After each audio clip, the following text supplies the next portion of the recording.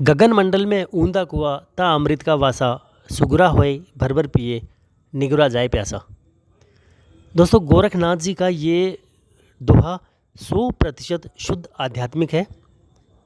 और चूंकि ये बिल्कुल आध्यात्मिक दोहा है इसलिए इसमें मोटिवेशन नाम की कोई चीज़ नहीं है, क्योंकि भौतिकवाद से इसका कोई लेना देना नहीं है। तो दोस्तों इससे पहले कि हम इस दोहे के शब्दार्थ और भावार्थ पर जाएं, या हम यह जो गोरखनाथ जी कहना चाह रहे हैं अगर उसकी बात को हम समझने की कोशिश करें, मैं चाहता हूं कि एक बार हम लोग थोड़ा सा गोरखनाथ जी के बारे में जान लें, फिर दोहे के शब्दार्थ पे आते हैं, फिर दोहे के भावार्थ पे आते हैं। दोस्तों भगवान शिव के डायरेक्ट एक शिष्य, नाथ पंथ के पहले शिष्य मत्स्येंद्र नाथ, ये वो नाथ हैं जिनको भगवान शिव से बिल्कुल सीधे सीधे संजीवनी मंत्र गुरु शिष्य परंपरा में मिला हुआ है। और गुरु शिष्य परंपरा में ही मत्स्येंद्र नाथ जी से वो मंत्र अपने शिष्य गोरखनाथ जी को मिला हुआ है। यानी गोरखनाथ जी मत्स्येंद्र नाथ जी के शिष्य हैं और कलयुग के पहले गुरु उनको मत्स्येंद्र नाथ जी को माना जा सकता है। तो दोस्तों गोरखनाथ जी के समय में नाथ पंथ का 12 भागों में विभाजन हुआ, जिनमें से 11 भाग शिव के उपासक हैं, यानी जो भगवान शंकर की पूजा करते हैं, भगवान शिव की पूजा करते हैं, और उनका एक भाग जिसको शक्ति उपासक बोलते हैं, यानी वो मातृशक्ति का जो पूजन मंजन करते हैं, उसको आईपंथी भाग बोला गया या उसको माईपंथी बोला गया। इनके जो साधु होते हैं या जो नाथ होते हैं वो आई शब्द बाद में लगाते हैं, जैसे गंगाई नाथ, तो ये आई लगता है बाद में, ये मातृशक्ति उपासक होते हैं।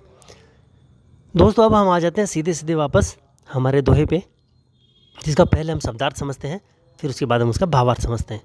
शब्दार्थ पे आते हैं तो गगन मंडल का मतलब हो गया कि आकाश, अंतरिक्ष, आसमान, नभ, व्योम जो बोलते हैं। गोरखनाथ जी कहना चाह रहे हैं कि आकाश में या अंतरिक्ष में या ब्रह्मांड में एक ऊंधा कुआं, मतलब गगन मंडल में यानी आकाश में एक कुआं है जो ऊंधा कुआं है। ऊंधा मतलब उल्टा कुआं है। दोस्तों आप लोगों ने देखा होगा कुआं ज़मीन के अंदर की तरफ होता है, उसका मुंह ऊपर की तरफ होता है, लेकिन जो गोरखनाथ जी कहना चाह रहे हैं वो ये कह रहे हैं कि ऊंधा कुआं है, यानी कुआं तो है लेकिन वो नीचे की तरफ उसका मुँह है। समझ रहे हैं, कुआं ऊंधा है मतलब उल्टा है। ता अमृत का वासा, ता यानी वहाँ पर, अमृत का मतलब अमृत होता है जिसको पीकर मर्द या इंसान या मनुष्य अमर हो जाता है, वो उसका वास वहाँ पर है, यानी वहाँ पर वो अमृत पाया जाता है। देन आगे कहा कि सुगरा होए भर भर पिए, यानी वो जो अमृत पाया जाता है गगन मंडल के ऊंधे कुएं में, अगर किसी साधक के गुरु होता है, समर्थ गुरु जिस साधक का होता है, जो साधक सुगुरु होता है यानी गुरु सहित जो होता है, वो उस अमृत को भर भर के पीता है। और जो निगुरा होता है यानी जिनके कोई गुरु नहीं होता है, वो इस जीवन में मनुष्य बन के भी सूखा ही जाता है, खाली हाथ ही जाता है, यानी प्यासा ही जाता है। दोस्तों ये इसका था शब्दार्थ। अब हम बात करते हैं इसके भावार्थ की। भावार्थ कहने का तात्पर्य यह है कि गोरखनाथ जी का कहना है, दोस्तों पहले हम थोड़ा सा वेद और उपनिषद पे आ जाते हैं, जहाँ पे लिखा हुआ है बहुत पहले से, यत पिंडे तत ब्रह्मांडे, यानी जो पिंड में है वो सारा का सारा ही ब्रह्मांड में है, और जो ब्रह्मांड में है वो सारा पिंड में उपलब्ध है। अब सिर्फ बात इतनी सी आ रही है कि अगर पूरा ब्रह्मांड मनुष्य के शरीर में है, तो जो ब्रह्मांड है पूरा, जो अंतरिक्ष है, वो भी मनुष्य के शरीर में ही है। तो मनुष्य के शरीर का जो सबसे ऊपरी भाग है, यानी ब्रह्मांड का जो सबसे ऊपरी भाग है, जिसको हम लोग अंतरिक्ष कहते हैं, यानी मनुष्य शरीर की अगर बात करें तो इसको हम सहस्त्रार कहते हैं।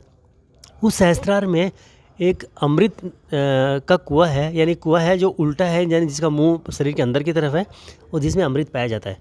तो दोस्तों जिनके भी गुरु होते हैं, यानी समर्थ गुरु होते हैं, जो शिष्य को दीक्षा देते हैं, दीक्षा देने के बाद जब शिष्य को योगिक क्रियाएँ होती हैं तो खेचरी मुद्रा लगती है, और खेचरी मुद्रा